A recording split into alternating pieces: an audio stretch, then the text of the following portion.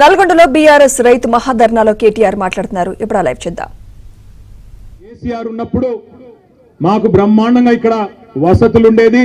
కానీ ఇవాళ కాంగ్రెస్ ప్రభుత్వం వచ్చిన తర్వాత మాకు గొడ్డుకారంతోని అన్నం పెట్టే దుస్థితి వచ్చిందన్నా మీరు రావాలా అంటే తప్పకుండా 2:30 గంటలకు మీ క్యాంపస్కి వస్తా అని వారికి చెప్పి అక్కడి నుంచి బయలుదేరి ముందుకు వస్తా ఉంటే అక్కడ కలదప్పిన ఐటీ టవర్ కనబడ్డది.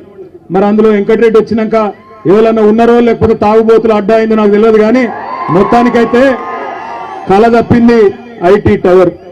కొద్దిగా ముందుకు రాగానే కాకపోతే ఆ ఎన్టీ రామారావు గారు, తారక రామారావు గారు విగ్రహం నుంచి మొదలు పెడితే ఇక్కడి దాకా, నేను నిజంగా చెప్తా ఉన్నా, ఊరికే చెప్పట్లేదు, అక్కడి నుంచి ఇక్కడి వరకు జులూస్ చూస్తుంటే నాకు ధర్నాకు వచ్చినట్టు లేదు.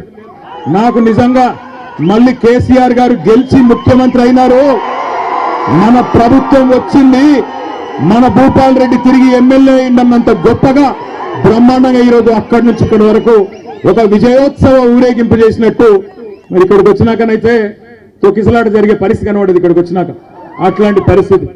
అందుకే నేను అంటా ఉన్నా, ప్రపంచంలో ఏ శక్తి కూడా ప్రజాశక్తి కంటే గొప్పది కానే కాదు. అది రుజువు చేసిన గడ్డ ఈ పోరాటాల గడ్డ నల్లగొండ అనే మాట నన్ను గుర్తు చేస్తా ఉన్నా. ఈ రోజు కాదు, ఇవాళ ఉన్న వాళ్ళు కొత్తగా మేమేదో సామ్రాజ్యానికి అధిపతులైపోయినాం, చక్రవర్తులైపోయినాం, రారాజులైపోయినాం అని విర్రవీగుతున్న వాళ్ళ గురించి కాదు నేను చెప్పేది.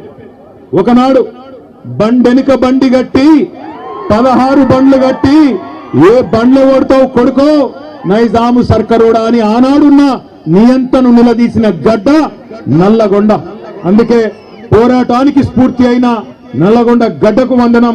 ఇక్కడికి విచ్చేసిన ప్రతి నల్లగొండ రైతు బిడ్డకు శిరస్సు వంచి పాదాభివందనం.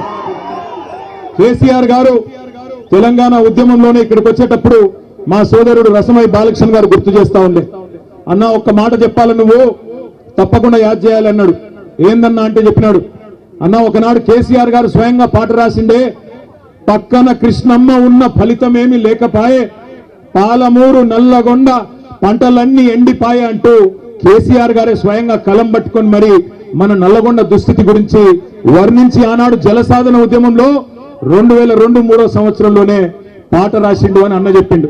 అనగానే పక్కనే నిరంజన్ రెడ్డి గారు అందుకొని, అదేమంటావు బాలకిషన్, అక్కడ ఉండే ఫ్లోరైడ్ పరిస్థితి గురించి కూడా కేసీఆర్ గారే పాట రాసిండు కదా, బ్రహ్మాండమైన పాట రాసిండు, సూడు నల్లగొండ గుండె నిండా ఫ్లోరైడ్ బండ అంటూ ఇక్కడ కాళ్ళు చేతులు నడుమంకర పోయిన లక్షలాది మంది గురించి కూడా కేసీఆర్ గారే రాసిండు కదా అని చెప్పి నిరంజన్ రెడ్డి గారు వెంటనే అందుకున్నారు.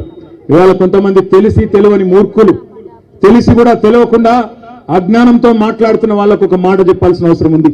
మొన్న అసెంబ్లీలో ఒక మంత్రి గారు అడుగుతాడు, ఏం చేసిండు కేసీఆర్ నల్లగొండకని అడిగిండు. నేను గుర్తు చేస్తా ఉన్నా ఆ మంత్రి గారికి, నల్లగొండ జిల్లా ముద్దు బిడ్డలందరికీ, ఇక్కడికి వచ్చిన రైతు బిడ్డలందరికీ, ఏం చేసిండు తెలంగాణను కేసీఆర్ అంటే, భారతదేశంలోనే పంజాబ్ను హర్యానాను తలదన్ని వరి పండించే విషయంలో భారతదేశంలోనే తెలంగాణను నెంబర్ 1 చేసిండు కేసీఆర్.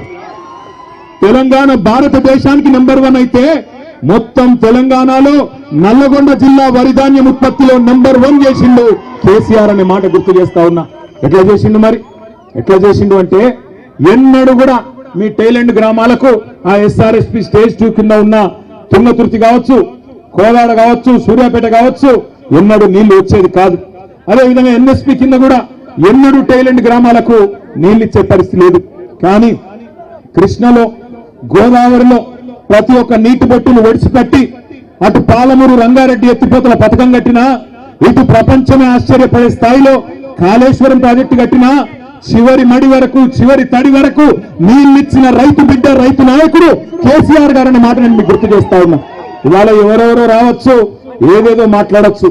వస్తుంటే మా చిరుమర్తి లింగయ్య గారు పెద్ద కాపర్తి ఆపిండు. లింగయ్య గారు ఆపి, అన్న జెండా ఎగిరేసి పో అన్నాడు. జెండా ఎగిరేసి గాడికి పోయిన నేను పోతే అక్కడ ఒక రైతన్న వచ్చినాడు. వచ్చి, అన్న ఒక మాట అక్కడ చెప్పు నల్లగొండలా అన్నాడు. ఏం చెప్పాలి అంటే, ఏం లేదన్నా, మేమందరం కూడా నల్లగొండ జిల్లాలో పాలిచ్చే ఆవును వద్దనుకొని తన్నే దున్నపోతులు తెచ్చుకున్నాం, అందుకే మాకు కర్మ పట్టింది అని చెప్పమన్నాడు. ఆయన చెప్పిండు, నేను చెప్తలేను. పెద్ద కాపర్తి రైతు చెప్పిన మాట నేను చెప్తున్నా. పాలిచ్చే ఆవును వద్దనుకొని మరి ఇలా ఎగిరెగిరి తంతున్న దుమ్మపోతులను తెచ్చుకొని మీద పెట్టుకున్నాం. పెట్టుకుంటే ఏమొచ్చింది మీరు చూస్తున్నారు. నిన్నగాక మొన్న ముఖ్యమంత్రి గారు చాలా గొప్పగా చెప్పిండు. ఏమన్నాడు? 26 జనవరి రాత్రికే 12 గంటలకే టకీ టకీ అని పడితే అన్నాడు. పడ్డా టకీ టకీ అని పడ్డా ఆపడలేదా? 12 సార్లు కదా కేసీఆర్ ఇచ్చింది. యాసంగికి వానకాలానికి లెక్క పెట్టుకుంటూ పోతే 6 ఏళ్లు నిరాటంకంగా మీరు అడగాల్సిన అవసరం లేకుండా ఎన్నికల్లో మీ ఓట్ల కోసం జూటా మాట చెప్పకుండా కేసీఆర్ గారు ఆనాడు రైతుల మీద ఉన్న ప్రేమతో ఒకవైపు రుణమాఫీ చేయంగానే ఈ పైసలు ఖచ్చితంగా మళ్ళీ రైతులకు వేయాలని చెప్పి ఆనాడు 2017 సంవత్సరంలో భారతదేశంలోనే మొట్టమొదటిసారిగా స్వాతంత్రం వచ్చిన తర్వాత రైతు బంధు పథకం పెట్టిండు.